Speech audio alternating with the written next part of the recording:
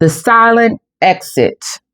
We're going to talk about ghosting again today because there's a thin line between ghosting and bowing out gracefully.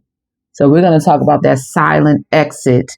And because if you've been ghosted or you think you've been ghosted, we'll get some clarity today. But before we talk about it, we're Terrence and Jill of God-Ordained Union. We're here to do one thing only, and that is to simply help increase God-Ordained unions. Yes. So on this channel, we are on a mission to help you get to your person. God designed a suitable mate for you. And so anybody can get married, but there's a difference between just marrying anybody and being in a purposeful marriage. So that's what this channel is all about. We're here to encourage you, here to give our 2 cents. We share our story. What worked for us does not work for everybody. Everybody's unique. So we can't say how it should be, how long it should be, how it can't be this long. It's got to take this amount of time. It's got to happen like this. You just can't. And so we're here to break some of those barriers, which are blocks in itself. We're here to break those things. We're here to help you see how the enemy could be blocking you, how you can, and it's a mindset, and how you could be blocking yourself with generational patterns, how your family did things, how the women in your family does things, how you watch the men in your family do things. It could be things you are speaking out of your mouth. So you need to know the tricks and schemes of the enemy. That's what we do on this channel as well. But the most part, we point you back to the Word of God because He wants you to be married. The Word of God says 2 are better than 1. And I'm going to tell you something. Once you join with your person, your life upgrades.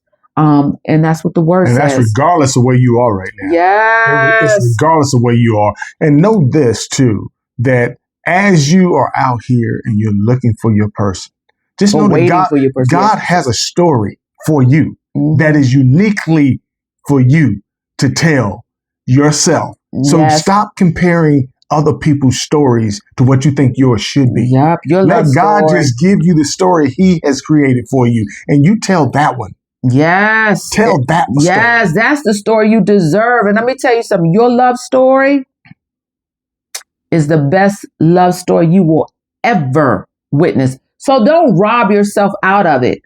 Don't settle just for anybody just because you want to fulfill the narrative in your head. The Word of God says, eyes have not seen, ears have not heard the things that the Lord has prepared for you. So your little story in your head, get that narrative out your head. Get that out your head.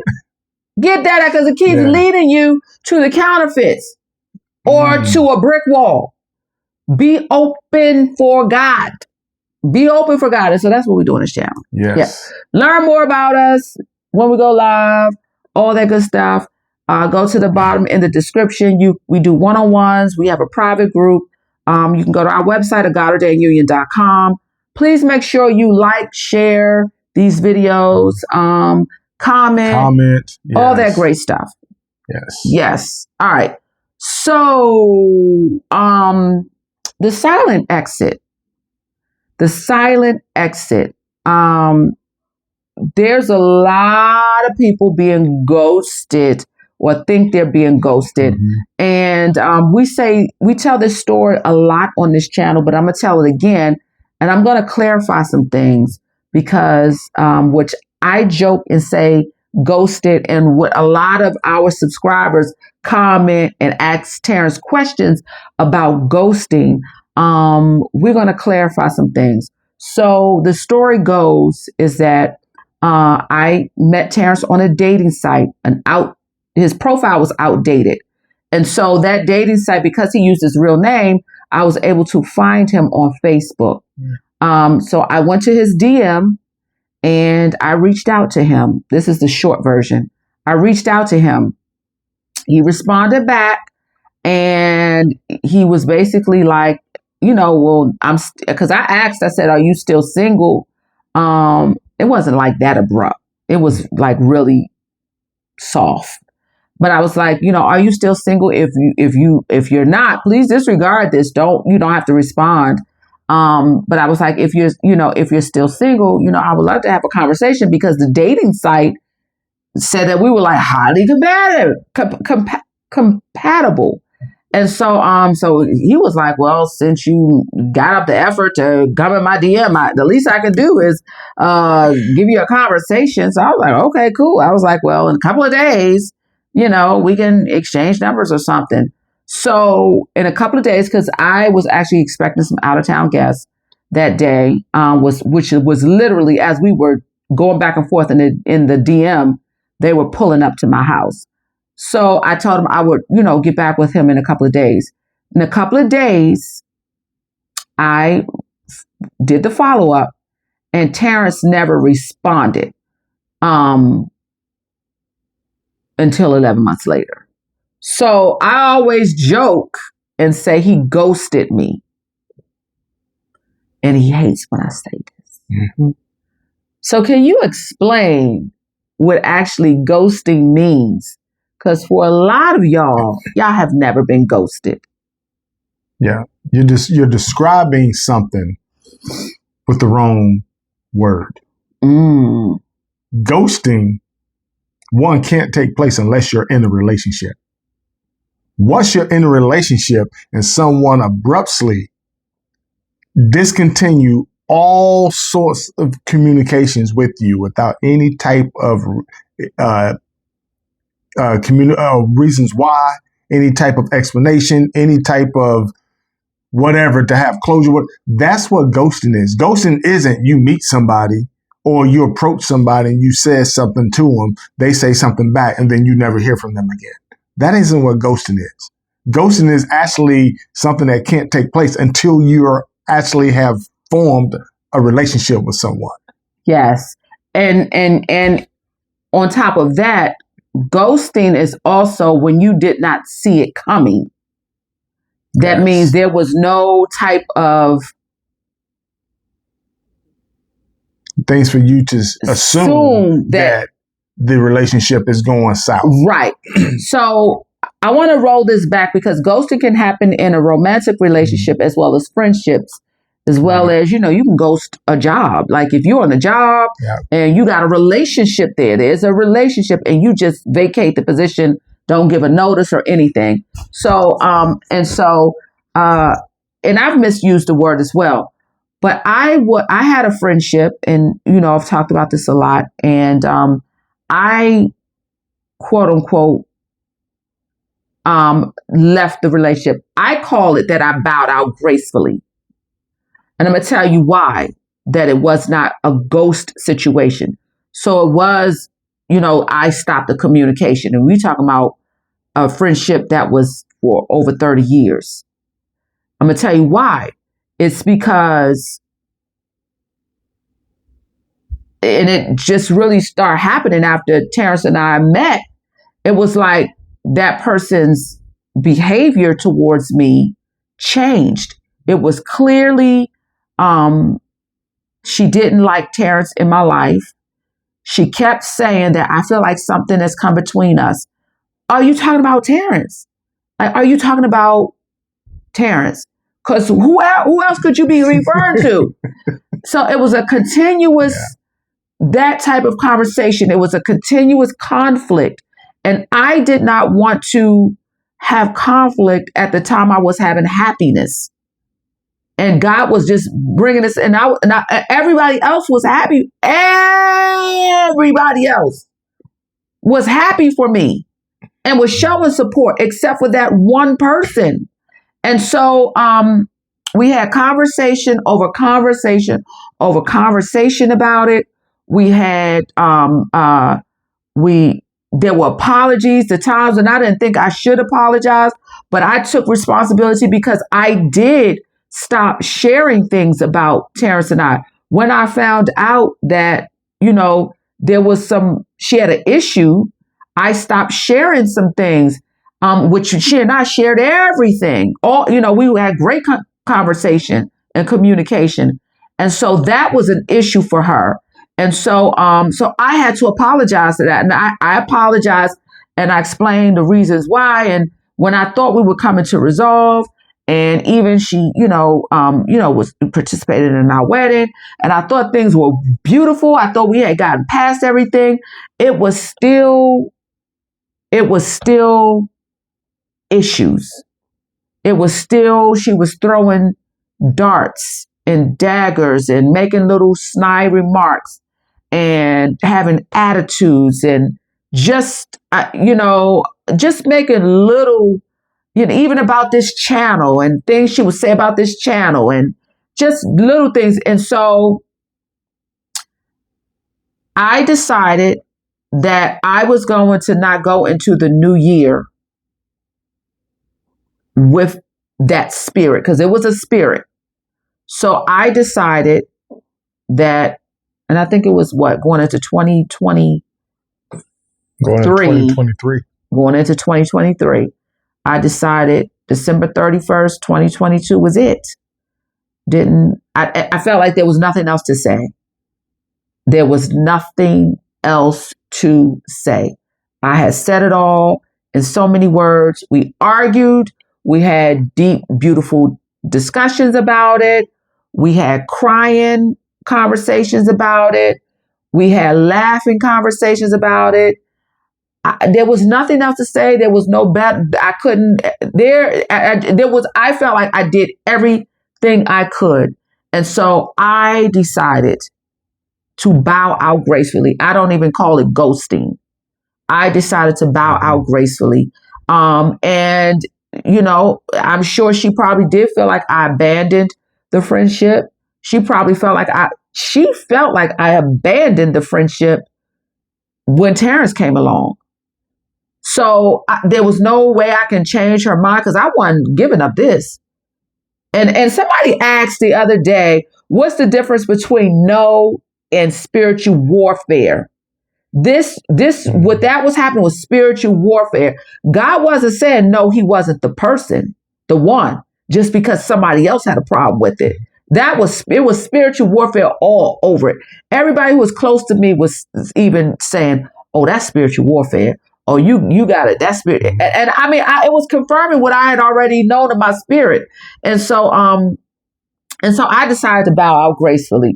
But a lot of people, who are the ones who feel like, because I've been in situationships, which, you could speak to. I was talking to a guy, things were going wonderful. And then I didn't hear from him the next day. And I can't even really call that ghosting now. Now that you've clarified that ghosting, you have to be in a relationship. You've got to literally be in a relationship. And if you are in a relationship and you are ghosted, that means the person is fearing conflict with you. They don't feel like it's worth it anymore. They don't want to, but to not even give you an opportunity to express yourself. Yeah. So here's what I want to share. We know ghosting now is you got to be in a relationship. So when those of you that are out here dating, you're looking to meet your person and you meet somebody, it can be after the first date. It can be after the fifth date. Y'all aren't in a relationship. Neither one of you owe the other anything, because while you're in these dates and you are getting to know someone, you're trying to get to know someone, that's you actually clarifying whether or not they are worthy of being, with you, if you want to date them. And simply put, that other person also has that right. So once they find out, whether it's after the first date, after it's the fifth date, after the seventh, y'all still ain't in a relationship yet, that person can easily say, for whatever reason, I don't want to move forward in this direction. It also can be something as simple as this. When you met them, they was also seeing somebody else qualified to be their person, and they decided to go with the other person shortly after y'all two met. And they decided, rather than disrespect the other person, they just cut off ties to you, to the point of not even giving you an explanation, just so they can go commit to that other person fully. So when you first meet someone, you should be committed to making sure you're protecting yourself. You should be committed to making sure you're looking out for you. That's guarding your heart. That's guarding your heart. Go all in, but guard your heart. So once you find out whether it's the first, second, third, fourth, whatever that number is, as long as you two aren't in a relationship, you guys don't really owe each other any explanation for whatever you decide to do in regards to moving forward. Now, you want to be cordial. You want to be nice. You want to have common courtesy. But at the end of the day, if it doesn't happen, don't make it look like your life is about to come to an end because somebody decided not to speak to you. Because a lot of times it may not have anything to do with you personally. It may be just they chose to do something else with their life at that particular moment, and it wasn't choosing you. Yeah. The flip side of this is a lot of women are saying, well, I need closure.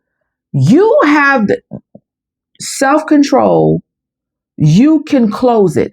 If they ghosted you or if they decided that you're not the person and they walked away without explanation, you have the power and the authority to close it. You can decide today is Saturday at 2 p.m.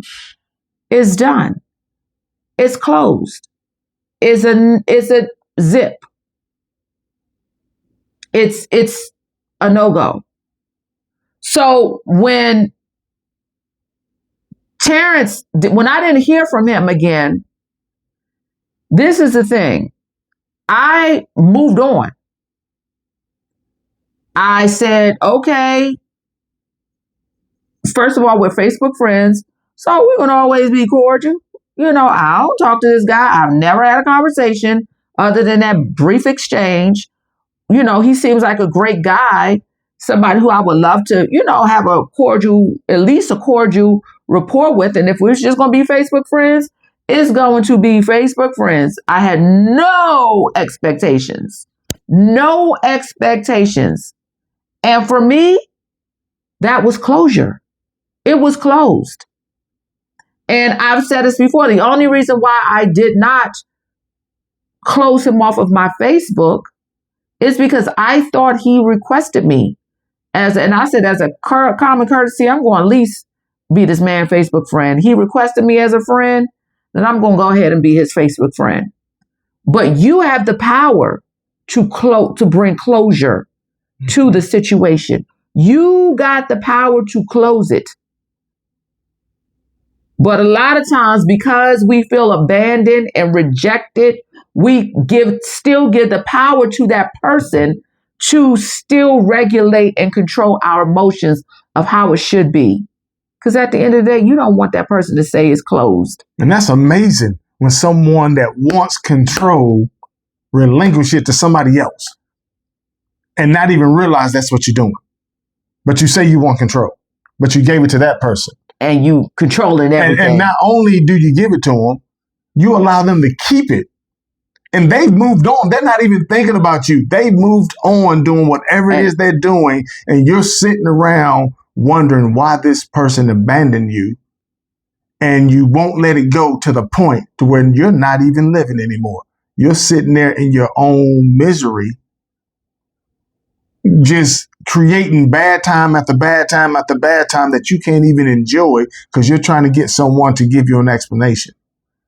And it ain't nothing worse than having your heart and your mind and your emotions and your soul locked up with a person you were never in a relationship and you don't even know. And wasn't even supposed to be with. It's one thing if it was your ex-husband or your children's father or somebody you was in a relationship or your ex-wife, somebody you was in a relationship with, but to be emotionally distraught over a prospect? Somebody you've only known for just a short time? Get a grip. And look, and here's the thing. Remember this, because I want to make sure this is really clear.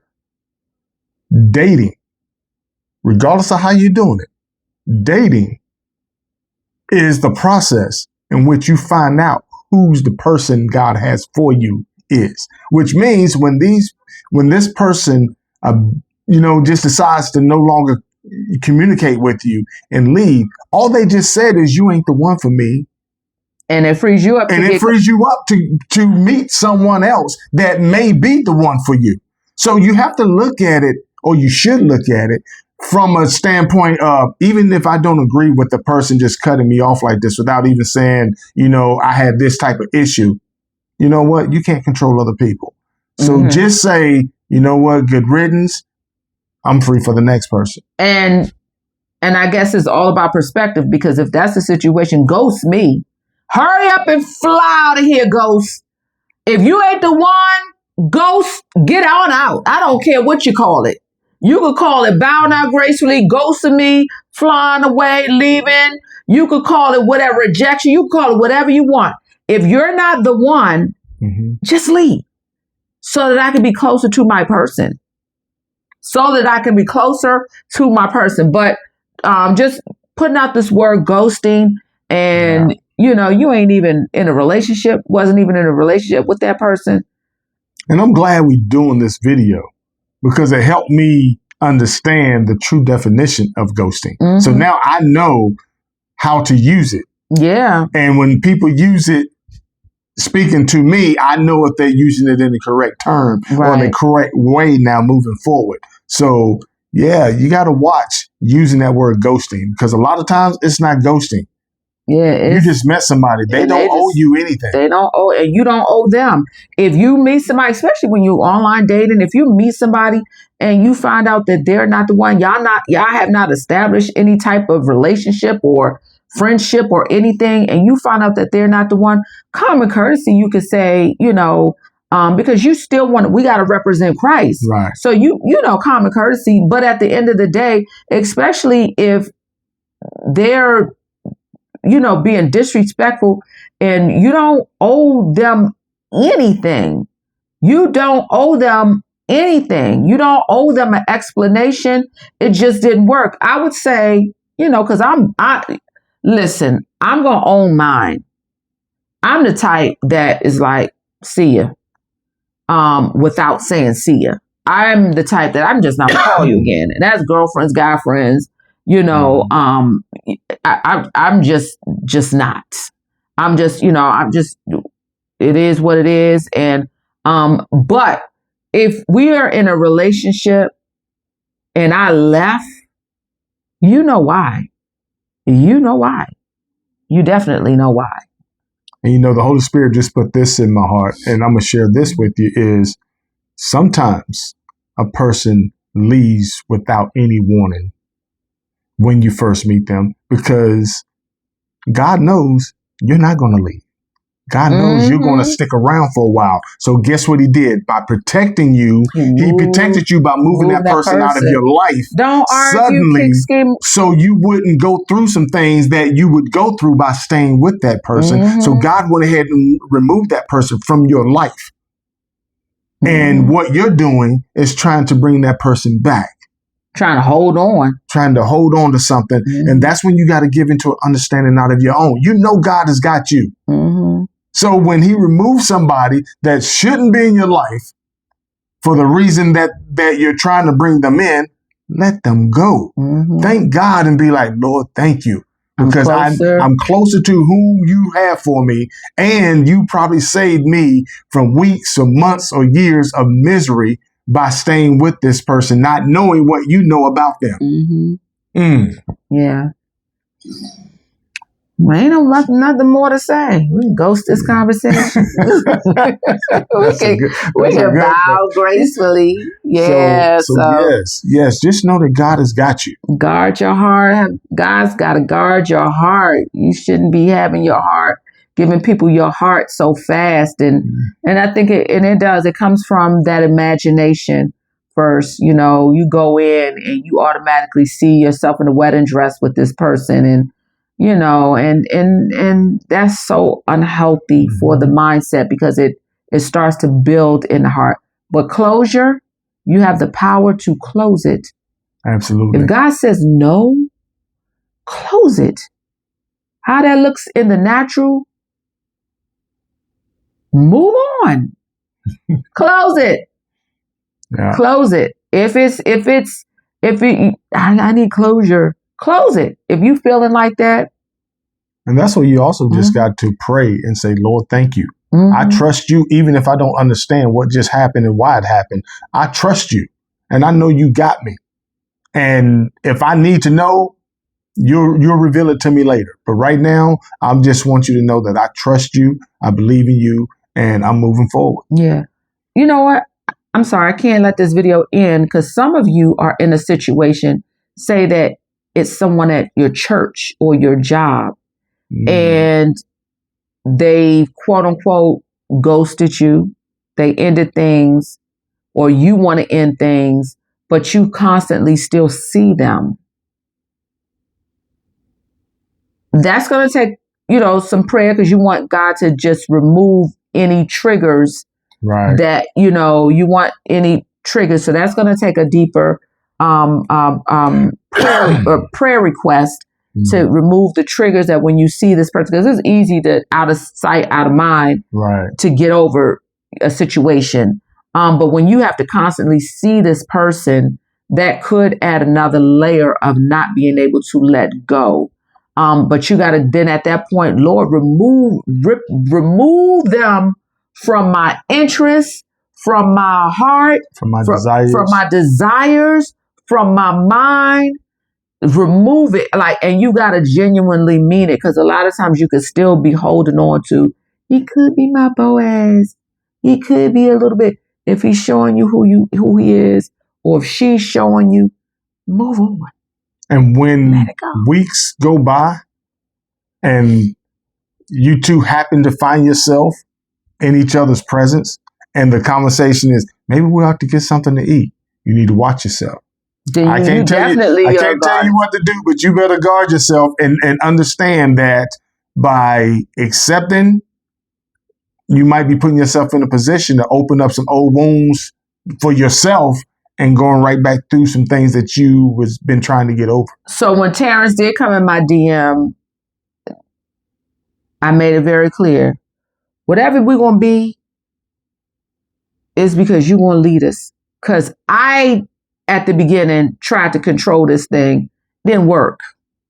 So I knew the second time around, if this thing came around again, I learned the lesson. I'm getting out the way. I'm not calling you. I am not texting you. None of that.